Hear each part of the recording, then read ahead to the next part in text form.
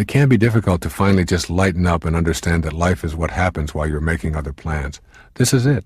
Each and every instant of your life takes place in the present moment. Using your present moments to chase after future moments is an ego-based activity. When you are finally able to say that you have arrived, you will know what it feels like to be free. Your higher self does not want you to be lazy or without purpose, but to realize the power in knowing that you have arrived. When you know that this moment is your entire life, you are not focused on past or future moments, and you release the stress and tension that accompany the striving lifestyle. With that release, you become more productive and peaceful than you were when you looked behind or ahead of yourself and did not allow your mind to rest in the still center of the present moment. Being fully in the now means that you will experience heaven on earth because you are completely absorbed in the soul of the holy instant.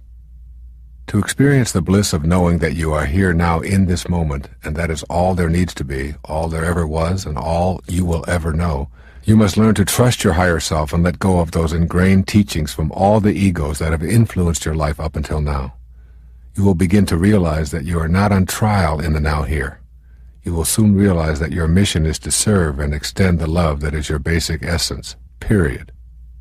You don't have to do more, even though you may choose to do a great deal. Your overriding objective is to stay focused on sending and receiving agape, the love of God. If you incorporate the following ideas into the practice of your daily mission, you will succeed in your objective. Nothingness. Nothingness has a very positive value in your life. It is out of nothing that all is created. Space is considered to be nothing, no particles, no form, so we describe it as nothing. To fear this empty space, or to deny its value as a part of us, means doubting our own existence. We came from nothingness, the nowhere I've described throughout this tape, to this world of form, the now here. Surrender. To understand the concept of surrendering, you will not be able to rely on your ego. Ego never wants you to even consider surrendering. It would much rather you hang on to the belief that you must strive and cling to the familiar way. The notion of being attached to what happened to you in the past can be very deeply ingrained in you by your false self. You must learn to recognize ego's attachment to the past when it uses this to keep you stuck in striving. Surrender the belief that your past is what is driving your present. Surrendering also means learning to recognize the signals from your higher self that something within you needs to be witnessed. This means surrendering to whatever is in the present moments of your life. For many people, it can be confusing to discern whether it is ego or spirit that is at the helm. I find that using the image of a boat moving along the surface of a lake is helpful in making the distinction between ego and higher self. I visualize the wake of the boat as a symbol of the past. The wake is not driving the boat, it is merely the trail that is being left behind by the present moment movements of my boat image. What drives the boat is the energy generated in the now. I do not credit or blame the past for the boat's present state of arriving in this spot on the lake. That past cannot drive you in this now, and that past needn't be held responsible for the boat's problems. Practice surrendering by creating a new agreement with now. Agree to know that your past is a trail of present moments that are all left behind, and at the same time, know that if you are having difficulty in this present moment, you will surrender to that reality. Surrendering invites your loving presence to be available in every now moment. What a pleasure each moment can then be, even the last moment. Acceptance. Once when I was asked to define enlightenment, the best I could come up with was the quiet acceptance of what is. I believe that truly enlightened beings are those who refuse to allow themselves to be distressed over things that simply are the way they are. To arrive rather than to strive means applying the wisdom of Reinhold Niebuhr's so-called serenity prayer. God grant me the serenity to accept the things I cannot change, the courage to change the things I can, and the wisdom to know the difference. Knowing the difference can be the most difficult part. There is an ancient Zen teaching that says if you understand, things are just as they are. If you do not understand, things are just as they are. This is the essence of acceptance and the way of arriving rather than striving. Bewilderment. Your physical being is an enormous miracle. Its thousands of working parts function with a divine organizing intelligence. Consider your blood circulation, air inhalation, and oxygenation, your eyes, muscles, and bones, all responding to a brain and nervous system that is beyond comprehension.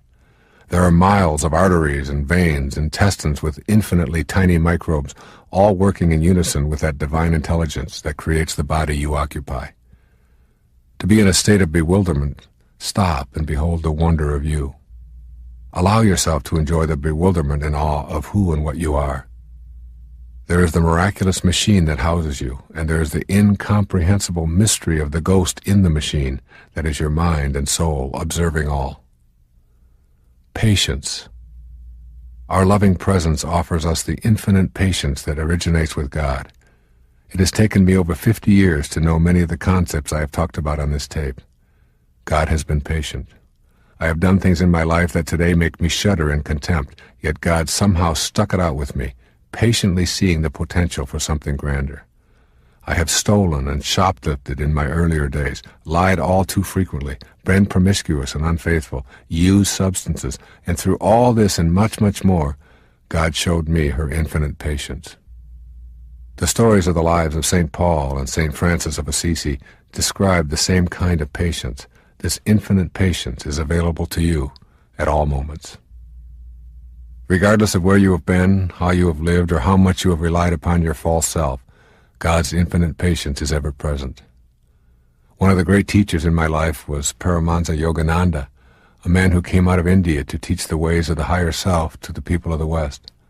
I've read many of his speeches and have found great comfort in his writings as well as reading about his life. I offer you one of my favorite sayings to ponder as you move toward an awareness of arriving rather than striving. Seek spiritual riches within, he reminds us. What you are is much greater than anyone or anything else you have ever yearned for. That is the voice of your higher self reminding you to quietly accept yourself and turn off the yearning. You are never going to get it all. You are it all already.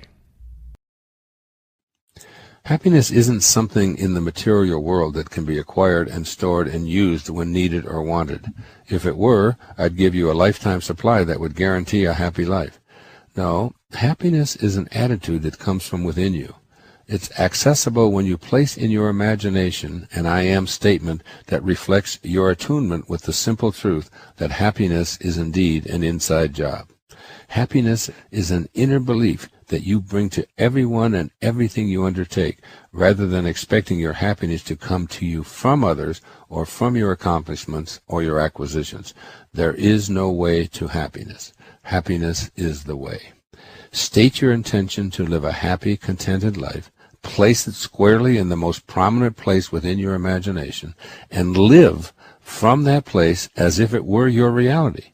When circumstances and or your five senses try to influence you that you're wrong, gently and with loving confidence, let the fearful or naysaying thoughts drift by like passing clouds as you focus on your nourishing imagination, which cannot be altered without your agreement. Neville speaks without hesitation on this matter. Quote, "The promise is definite that if you are shameless in your impudence in assuming that you already have that which your senses deny, it shall be given unto you. Your desire shall be attained." Unquote. Don't be dismayed when you encounter people and circumstances that attempt to convince you the I am happy assertion that you've placed in your imagination is absurd. Don't let these objective attempts influence you to assume the feeling of a wish for unhappiness to be fulfilled. Persist in stating your inner mantras of I am happy and I am content, while assuming the feeling in your body of this already fulfilled. Or, as Neville stated, be shameless in your impudence in assuming the feeling of happy contentment. This means that you permit only your personal subjective attention to align with your inner I am declaration. Your subconscious mind understands who you intend to be, and you will naturally discontinue inviting or entertaining any form of I have a right to be miserable. How could I ever be happy with the circumstances that define my life? My parents and spouse and sister or any external relationship make me unhappy, and so on. How is it ever possible for God to say, I am miserable, or I am unhappy? Remember, you have a highest self, and it is one with God. Here is Saint Germain speaking on this subject in a transmission received on November the 24th, 1932. Quote, I would suggest that those who have been having unpleasant experiences would consciously withdraw from those conditions all power they have been giving them, mostly unknowingly. When it is necessary to discuss some condition to understand it, immediately follow by withdrawing any power that has been given it, and then know, I am the harmonious presence, ever pervading whatever the condition may be. When I say I am the governing presence, I am fully consciously aware that I have set in motion the full power and intelligence of God producing the desired conditions, and that they are thus self-sustained. Unquote. I urge you to read and sustain this message regarding your own happiness. Be dedicated to your own subjective attention, always reminding it and yourself that I am the harmonious and governing presence. You will activate the power of God because you are at one with your all-creating source. Whether it's your health, wealth, happiness, or any other element of your entire life experience, it is essential to keep in mind the importance of the movement of your attention. You must be obstinate and persistent in not allowing the viewpoints or information of others to alter your inner world. You know what you wish to become and what you would like to manifest for yourself. Now keep your imagination so aligned and feel it in your body. Using your subjective attention will produce the desired conditions. Inner intentions are a private matter between you and your source of being. Inviting others to support or consider your intentions is an invitation to their objective attention. Responses are often designed to convince you that your intention is an impossible dream. You'll be in the position of defending or at the very least explaining yourself. This is an invitation to ego, who will leap at this opportunity to shift your inner intentions and dispute the external, supposedly logical or scientific facts that are coming your way. Manifestation is a spiritual exercise. Thus it defies logic, facts, past experience, scientific evidence, and all sorts of objective opinions.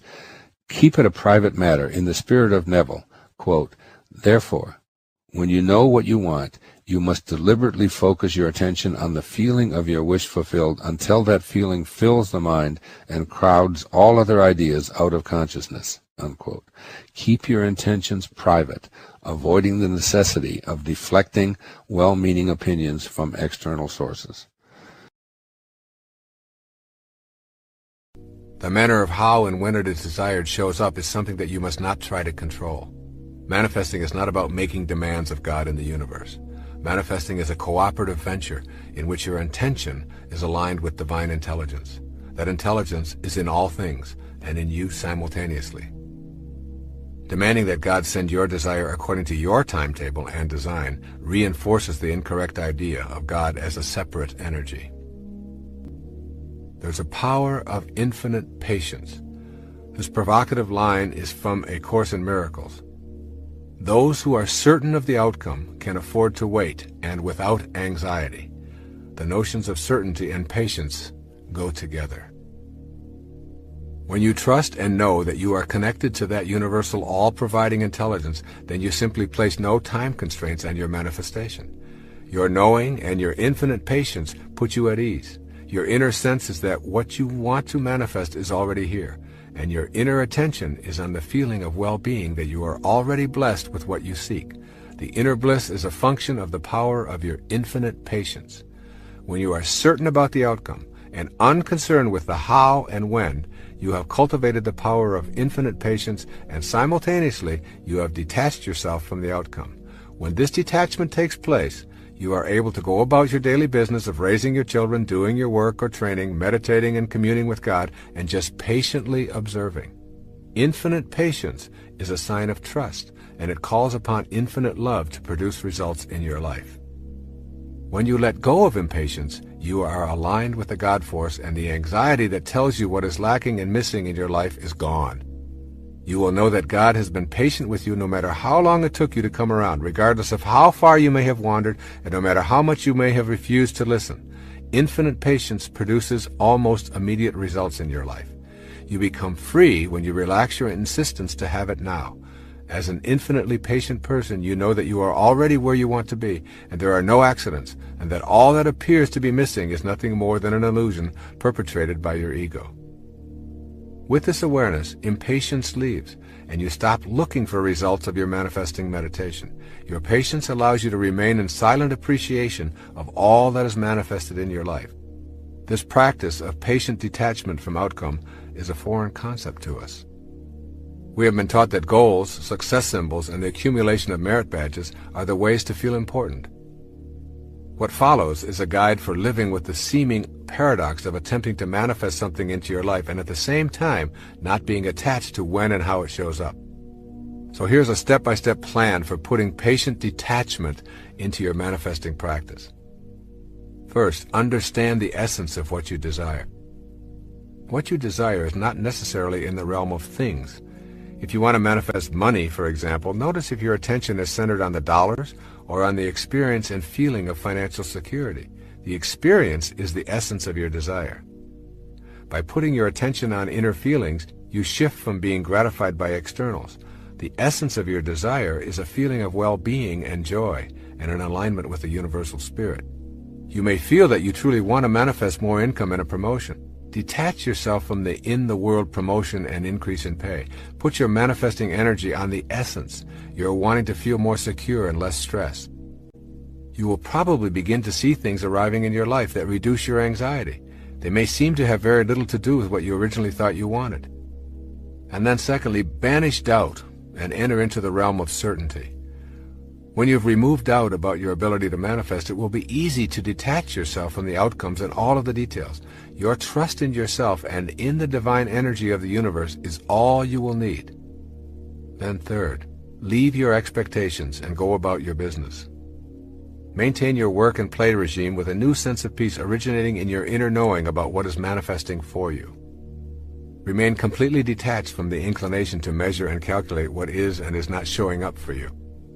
And then fourth, in this step-by-step plan, maintain privacy about your desires. Sharing your manifestation efforts decreases the energy and deflects the energy into the ego's need to gain approval. Then fifth, be aware of the cues that your desires are manifesting. Keep in mind that the way things will show up in your life is not necessarily related to what your rational brain expects. Things may begin popping up into your life that were never there before and which may surprise you as you notice them more and more frequently. These synchronistic events and happenings are the result of beginning to live in a heightened state of awareness. Pay close attention to the cues as they surface and gently tell yourself, it's working, I can see the results. And then sixth, act immediately on the cues that arrive by acknowledging them. When you acknowledge the early signs of arrival of what you wish to manifest, you are giving your inner energy a positive charge and recognizing the divine universal intelligence. This recognition is essential to the continuation of this manifesting process. And seventh, don't think of your manifestation as a special favor. To see manifestation as a favor is to begin the process of bargaining with God and believing in your separateness from all other living things. Your desires manifest because you are in perfect alignment with your source of creation and because you are not placing any limitations on what can come into your life. And then eighth, view any and all obstacles as lessons, not indications of failure. Keep in mind that you are practicing patience and detachment from outcome. Everything that shows up in your life is supposed to. This includes the falls in your life. They provide you with the energy to propel yourself to a higher state of awareness. And then ninth, release all judgment from your manifesting practice. This requires you to be willing to suspend your inclination to judge that which shows up in your life as right or wrong, good or bad, attractive or unattractive. Your judgments halt the flow of universal energy into your life and put you at odds with that divine power. Your ability to manifest depends in large part on your willingness to leave behind the collective judgments that make up the totality of human beliefs. Detaching from these beliefs is one of the greatest challenges of your life. You will probably experience a sense of loss and perhaps a feeling of loneliness as you make this step out of judgment. The reward is that you will begin to expand your own perceptions and accept what others believe are their perceptions.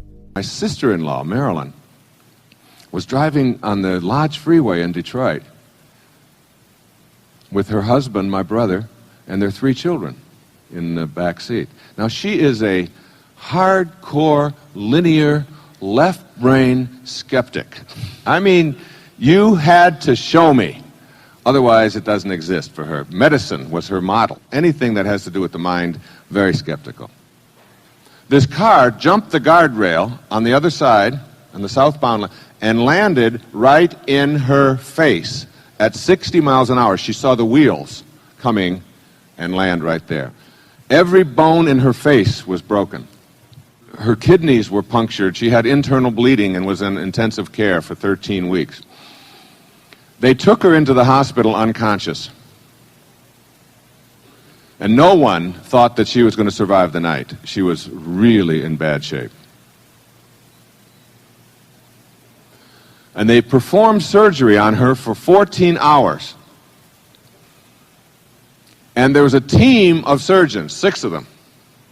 And they were talking during the surgery. As you can imagine, for 14 hours you would be talking.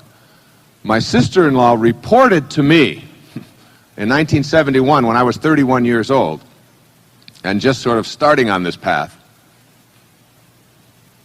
that she watched the entire surgery. She said, "Wayne, you're the only person, you're the only weird one in the family.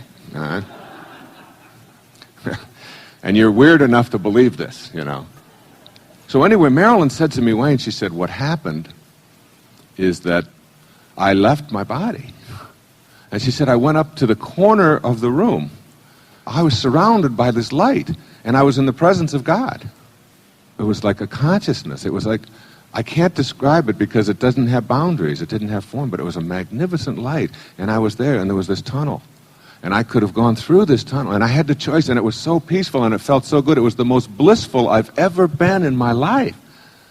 And she said, and I watched the surgeons performing on me, and I watched them working on my body, knowing that that wasn't me. When she came out of it after 14 hours of surgery, there were 2 of the surgeons, they were voting on whether they should continue this or not, or whether they should just pull the plug. She had very little heartbeat at all, and she was so badly punctured internally, and her bleeding was so bad, and there was infection and so on, that they just didn't think she would, and if she did survive, they thought it was. So 2 of them were saying, let's just give up on this, you know, and go on to other people. The 4 doctors prevailed, who said that we really believe that we can save this person. And Marilyn then made it. She had 3 little children, my 2 nephews and 1 niece were in the backseat. They were just little children at the time, 2, 4, and 5. And Marilyn decided that she could re-enter, even though it was painful and didn't want to do it. She was given, it's like given the choice. And she went back. And when she came out of it, she told the surgeons which ones had said, let's give up on it, and which ones had said, let's stay with it. And she had gave them word for word what they had said in this event. And she said, it was at that time that I became really, truly aware. And she said, since then, she has gotten to meet some of what they call NDEers, near-death experiences. And that everybody who has this near-death experience, Raymond Moody writes about it, has the same thing to report. And that is that when they come back, and they do it reluctantly, they have what we call the big picture. And since then, I mean, you wouldn't believe my sister-in-law. She is the calmest, most loving, easiest going. You can't get to her. You can't get to her. She has an inner candle flame that never flickers, though the worst goes before her. And the worst is my brother.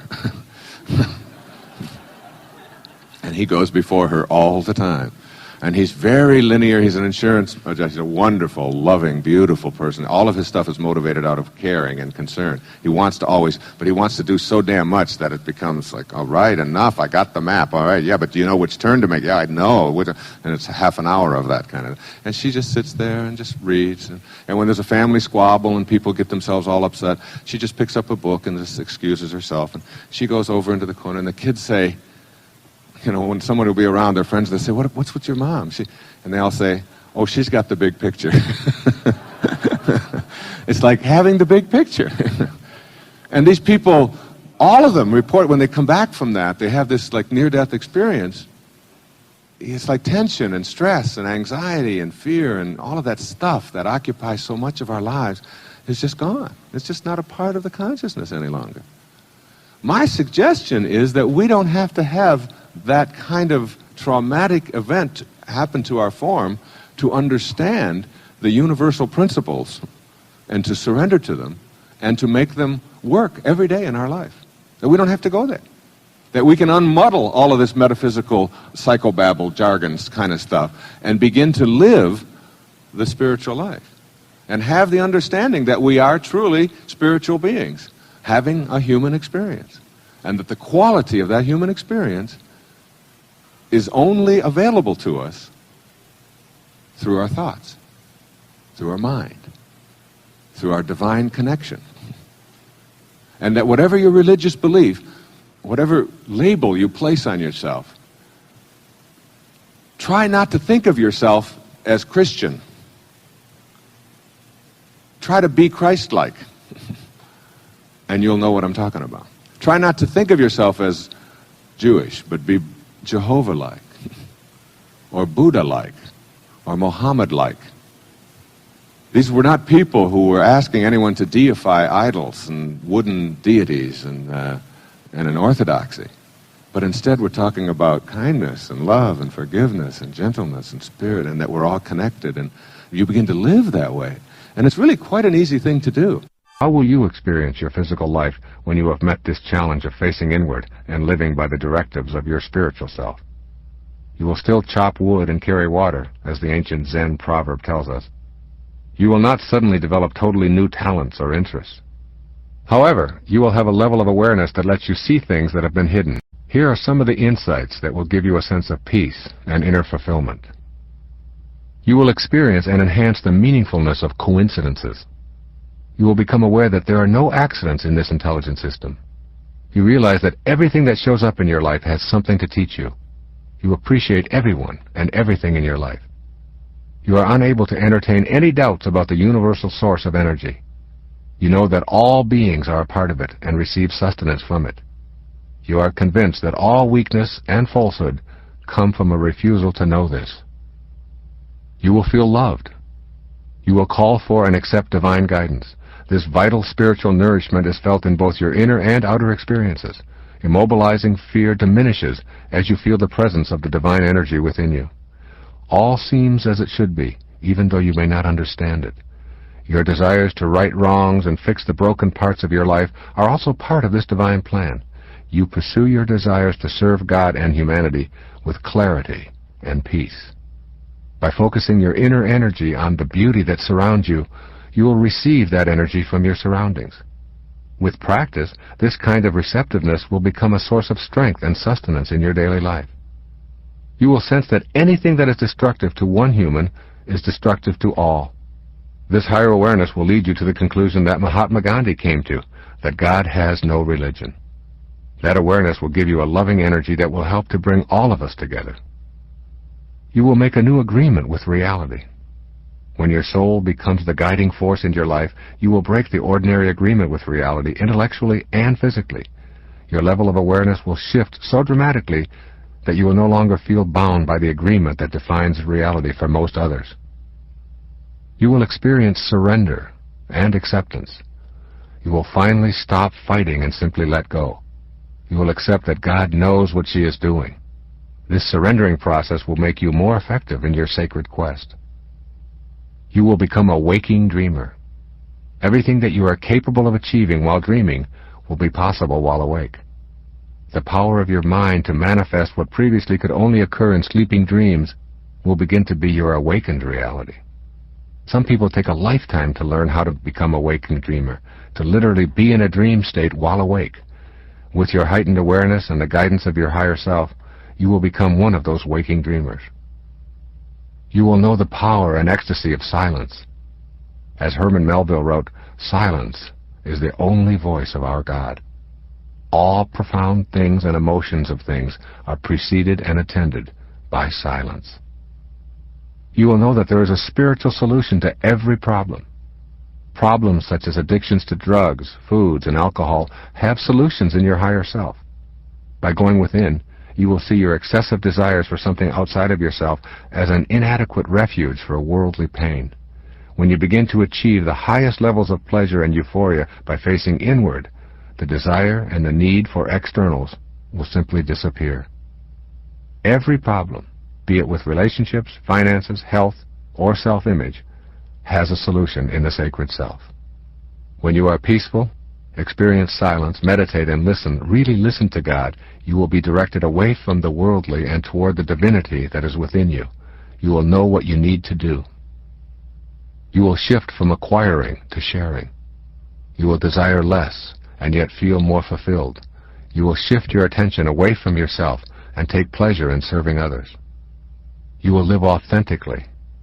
You will accept yourself, knowing that whatever behaviors you exhibited in the past, even the ones that may have been destructive and immoral, were a part of who you were at the time, and they had great lessons built into them for you to transcend. You will be able to say with conviction, "I am what I am." While some of the people who are close to you may find this difficult to accept, you will no longer be able to compromise yourself. You will be less judgmental and more forgiving. You will begin seeing that judging others does not define them, it defines you. Consequently, you will be less inclined to judge anyone or anything. You will also begin to forgive yourself. You will see mistakes as lessons for you to transcend. This will free you from the tyranny of self-recrimination. You have made the decision to be free.